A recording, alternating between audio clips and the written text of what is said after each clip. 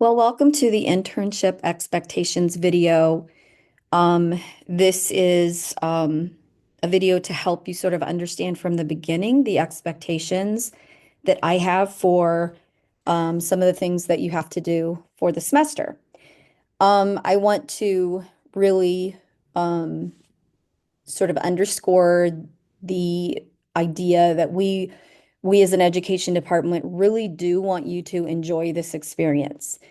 Part of being able to enjoy it is understanding your expectations and how to follow the different deadlines and so forth. So we actually have this set up as sort of a Canvas course for you to support you. Obviously, I'm always available via email and or text. So again, there's going to be some things that are going to be individual to each intern. Other things are going to be very universal to everyone. So the first expectation that I really, and you've heard this from day one, anytime you've gone out into a clinical practice for a course, are communication expectations. So first and foremost, they need to be timely and professional. So you need to get into the habit, if you already do not have this habit formed, to check your emails. I know you probably already checked text in a timely fashion. And also during your internship, during the school day at appropriate times.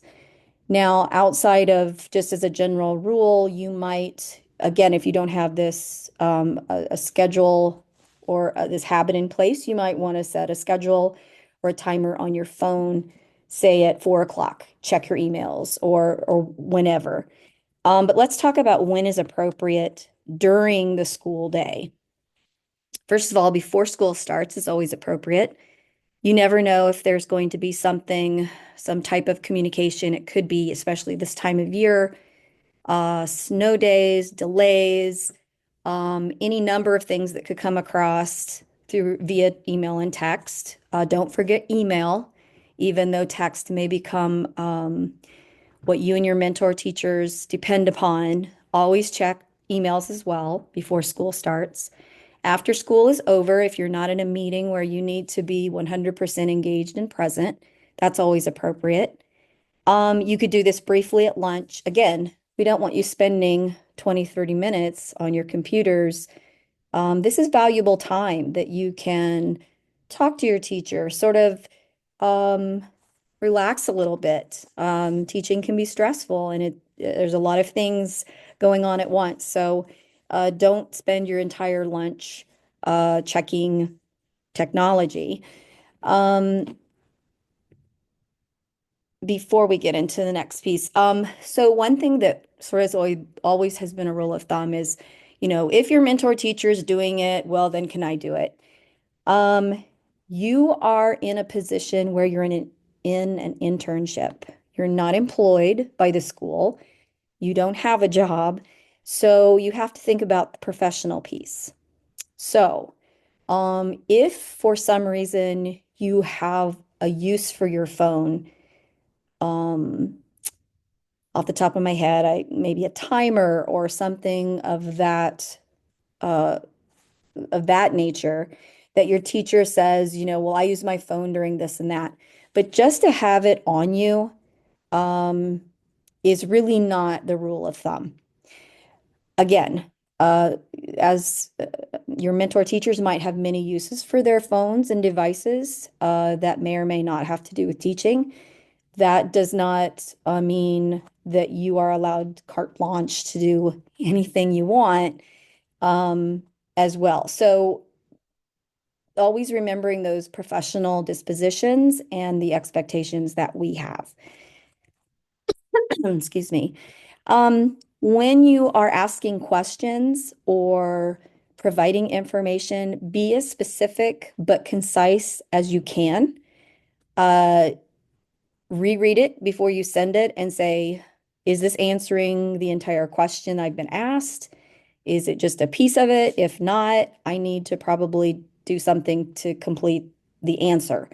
If you have a specific question, be specific. Um, And this just sort of reiterates what I talked about before, that you're not supposed to be on your phones during instruction. That means texting. You have no reason and no one to text when students are in the room and instruction is going on. Your mentor teacher is probably in the room with you. Um, and there's really, unless it's an emergency, which I can't imagine there would be an emergency where you'd have to contact me or anyone in the education department. Again, if you are found to be on your phone during an observation, a pop-in visit, or the teacher expresses some concern that that's becoming a habit, then it will definitely affect those professional dispositions and CPAS scores. So, lesson plan expectations. This is the fun part. So every week, teachers have weekly lesson plans. Now they look many different ways, and I will show you one example. But teachers just don't go in on Monday and have a blank sheet in front of them and have no idea what they're doing and just, shoot from the hip. That's not how teaching happens. And if you've probably heard that in the courses that you've had, that you have to plan, especially at this place in your career. We want to see that you know how to plan. So that's why we do require that you submit two different types of lesson plans. First is the weekly lesson plans. The first weekly lesson plan, and this is going to be Monday through Friday. What are we doing Monday through Friday? And again, I'll get a little more specific and show you examples. But the first one that is due is the week of January 20th. There is a place in Canvas. There's two different entries. One is always the date and it says weekly lessons. Then the other one is observed lesson plan. There's two different things. So right now we're talking about weekly lesson plans. So your first one for the week of January 20th, what's going to be going on in PE and or IS, that's due in Canvas by 11:59 p.m. or right before midnight on Friday, January 17th. So, you can use your mentoring teacher's method of weekly lesson plans. Maybe they have a template already made up. If they don't, you can create one and it does not have to be fancy, but it needs to be specific enough that I know what you're doing or the general idea of what you're doing during the week. Okay. Um, I just sort of mentioned this above, but just to reiterate, all your weekly lesson plans are due on the Friday prior to the week of instruction. So, a good rule of thumb and a way to sort of have that balance between teaching your coursework and having a little self-care time is maybe you don't leave on Friday until you have that weekly lesson plan done and submitted. Maybe you're not working Friday night at 9 p.m. to get this done, but maybe you have it or you're working on it on Thursday and Friday and you submit it Friday and you're good to go and ready for the next week. So your weekly lesson plans are going to reflect your teaching for the week.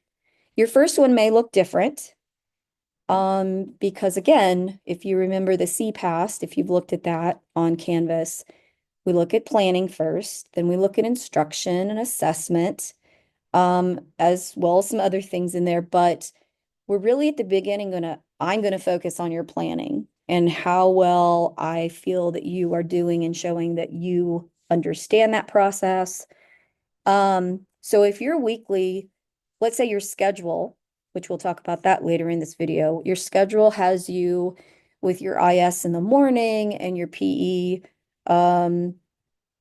teacher in the afternoon. Let's just say, for example, your weekly lesson plan is going to sort of reflect that because you can combine those two. If it's easier for you to have two in the same document, this is my IS weekly plan, this is my PE teacher weekly plan, that is fine as well. But eventually, as you start taking over, your lesson plans are going to be reflecting what you're doing. So again, I know what you're doing and where you're at. So if I need to pop in or just so I have reference. So this is an example, and don't get, freaked out by how it looks. An intern came up with this. The intern color coded it so that it was a little bit easier for her to read. Again, it does not have to look like this, but if you look on Tuesday, obviously Monday there was no school. But Tuesday, it's not just page 4 of the grammar book. It doesn't just say plural nouns. It's a little more specific. It's not a full-blown lesson plan, but it is enough that guides you because you will need guidance, and that's the purpose of doing this as well. So that when you come in Monday, you're going to know pretty much what you're going to do. So again, this is just an example. It needs to be clear. It cannot be convoluted. It can't be confusing. It has to be clear to everyone who's looking at it, okay? So now we come to the second piece, the observed lesson plans. These are where I come in and they're scheduled ahead of times. The available days that I have to observe you are Mondays, Wednesdays, or Fridays. Those are days that currently I do not teach classes on campus. But they are first come, first served. So I will be telling you and providing a link in the Canvas course of where you can go to make those or schedule those observations. But again, I want to see different things with your IS. I want to see some different times. These observations have to be scheduled at least 3 days out in advance. So if, let's say, you want me to come in on a Monday morning, I need to know with the weekend, I probably need to have your lesson plan submitted so I can look at it by Thursday evening or Friday morning at the earliest or latest, sorry. You can always, you could on Friday, you could schedule a lesson plan for the following Friday. It's entirely up to you. This is the least amount of advance notice that you have to give me. Okay. Also, there have been times in the past where things have come up. So always be prepared if you have scheduled an observation and I can't attend for some reason, be prepared to record it so that I can still watch that scheduled observation. You've already done the lesson plan for me. So it's not taking anything away from you. So what template do you use? All of the special education lessons, they're completed on the IS lesson templates. On Canvas, you'll see 2 different templates for the special education lessons. There's a full lesson plan, and that will be used until I give you the okay that, you know what, you got this down. You can do the shortened lesson plan. This might be 1 lesson plan. This might be 3 lesson plans. So you need to make sure that you are completing it for the IS piece, the full lesson plan until I give you the okay to go to the shortened version. All your PE lessons are completed on the PE lesson template, and I'm currently getting that from Dr. Ryder. My understanding was that you used that in class and it seemed to fit well. So I want to make sure that you can use that for your PE lessons. So observed lesson. The first lessons that I'm going to observe will be the week of January 27th. So you've got some transition time in there to sort of start transitioning some things over. You will be observed in both areas each week, every other week. Now, this can be all on the same day. The only exception is if your schedule is one where you rotate so many weeks with your IS and so many weeks with your PE, that'll be different. Okay. But if you are with both, during the week, then I will observe one lesson from each sections that week. I will not come out every week though. It's an every other week piece. So, if you are with an IS and the PE teachers the same day, if you can, if it's possible, schedule that one day. I'm going to watch you twice in two different situations, teaching situations. So, I sort of mentioned this. It can be the same day in both areas or different days of the same week. Obviously, for transportation, and that's one reason that we're cutting back and not observing everyone every week is for to sort of cut back on some expenses with travel. But again, if it doesn't work out that it's in the same day, that's perfectly fine. But I won't be able to go out every week. So just keeping that in mind. So observation expectations. What do you need to do before I come in and observe? First of all, you have to make sure your lesson plan is due in Canvas at least 3 full days prior to the observed lesson. Why do I need your lesson plan ahead of time? A lot of times it's a spot check. Sometimes it might be especially at the beginning, you're missing things. And I need to have those in there. So when I look at them, I've not had to do this, but maybe once or twice. But if I look at your lesson and there is something glaringly wrong with the lesson, I will make you redo the lesson plan before I observe. If a lot of times there's just little tweaks to the lesson, but I want you to make those changes because what you're going to also make sure that you're going to have ready for me.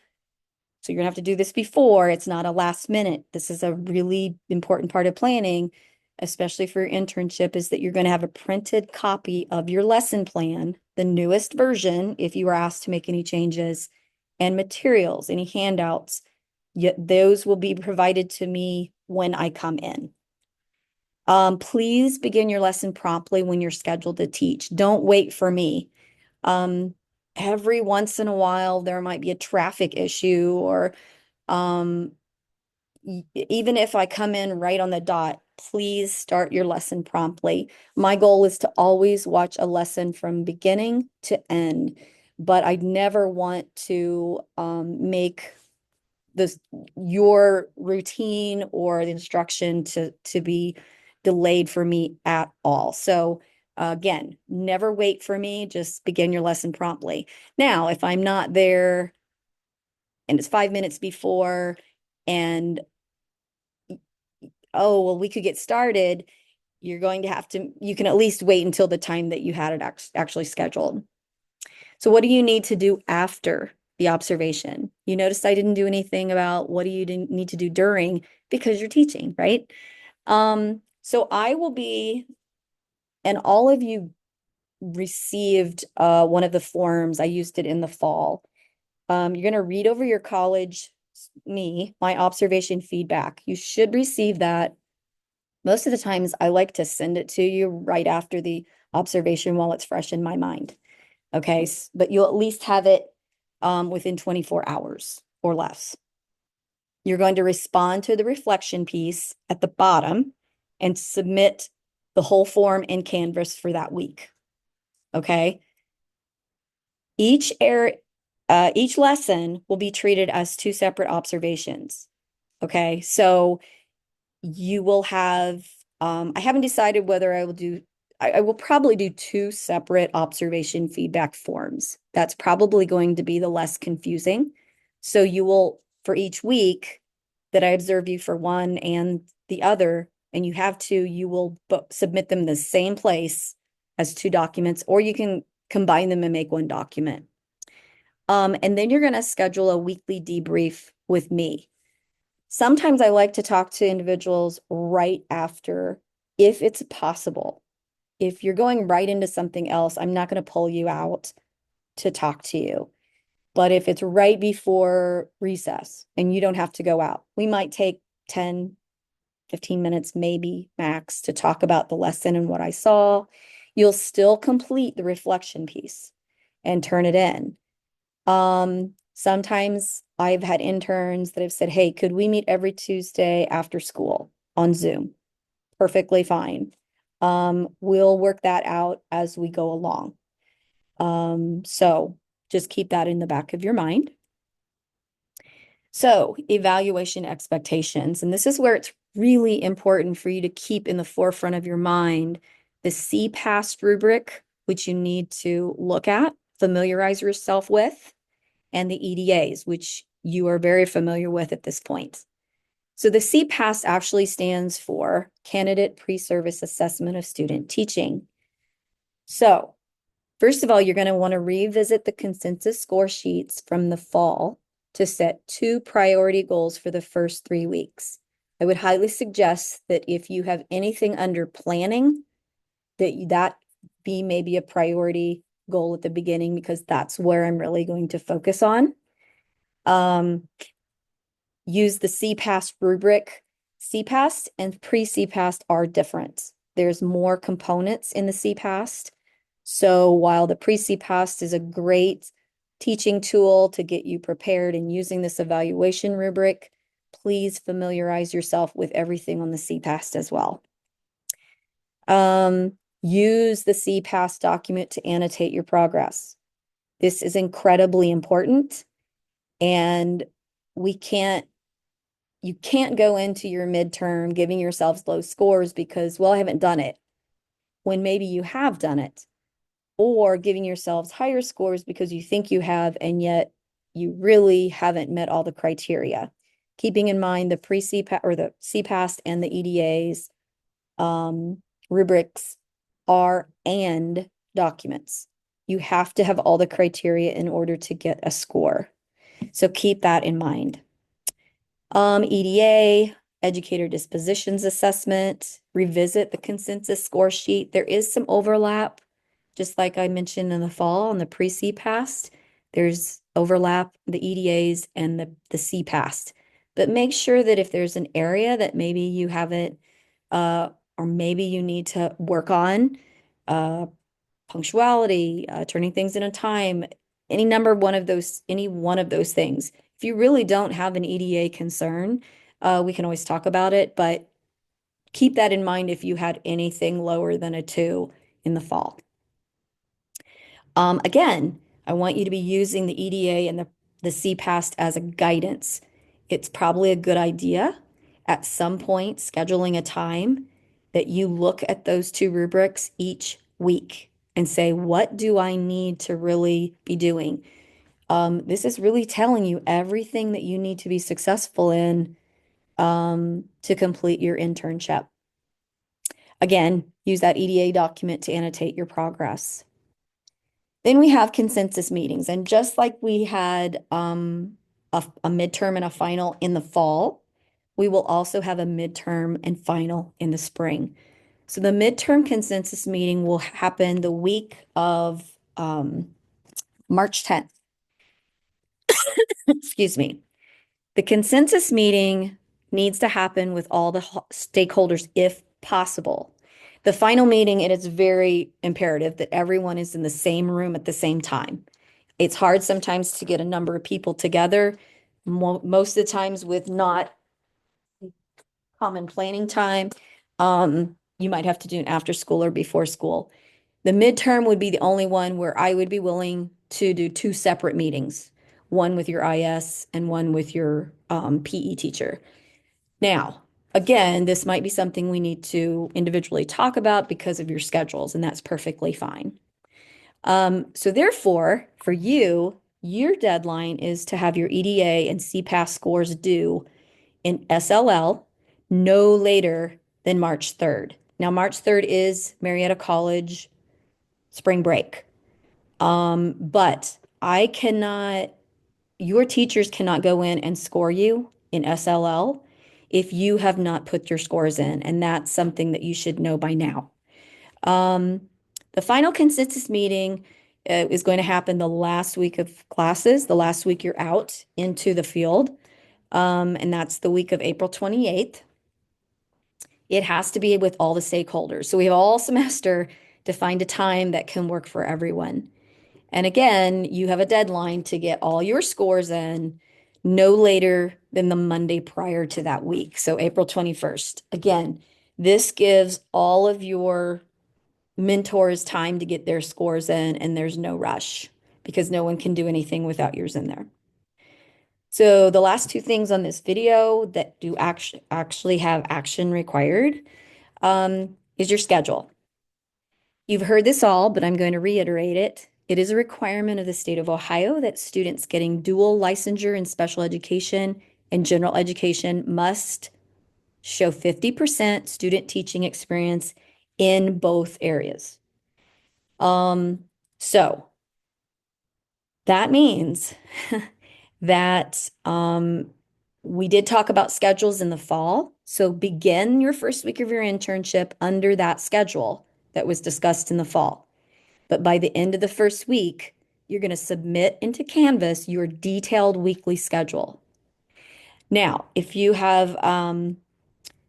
schedule rotates weekly, let's say, provide dates of the changes over the course of the semester. This can look many different ways. You could actually put in a calendar and highlight the weeks in color code. These are the weeks I'm with my IS. These are the weeks I'm with my PE. That wouldn't work if you're with both at the same time. If you are in a situation, I think Colton would be the only one in this situation where you have like time periods. Um, we're going to need to sort of make sure that you're taking out, and well, this is for everyone. You take out lunch. You want to make sure you have a planning with each person. You're going to take out specials. You're going to take it out any time that's not instructional, and then you're really going to make sure that you're looking at the instruction time that's left, and it has to be a 50-50. Again, it can look different ways, and we talked about different ways it could look in the fall.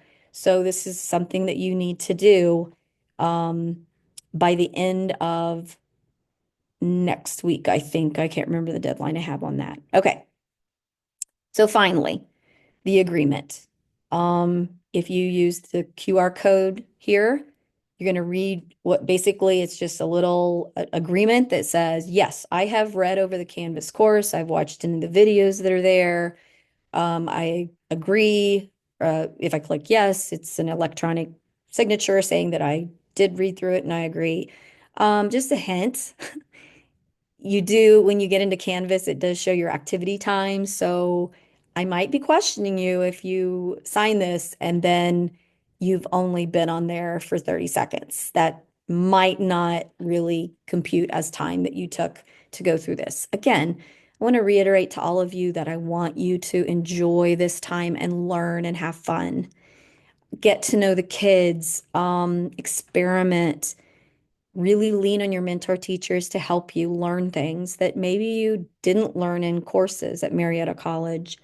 Ask questions, but please, please, please make your internship successful by knowing what's expected of you and meeting those expectations. So, with that being said, if you have any questions whatsoever, you should all have my text or my cell phone number that you can text me. You can always call me if you feel more comfortable doing that. Um, email, whatnot, but good luck with this semester. And I am so excited to be on your team to help support you through the process.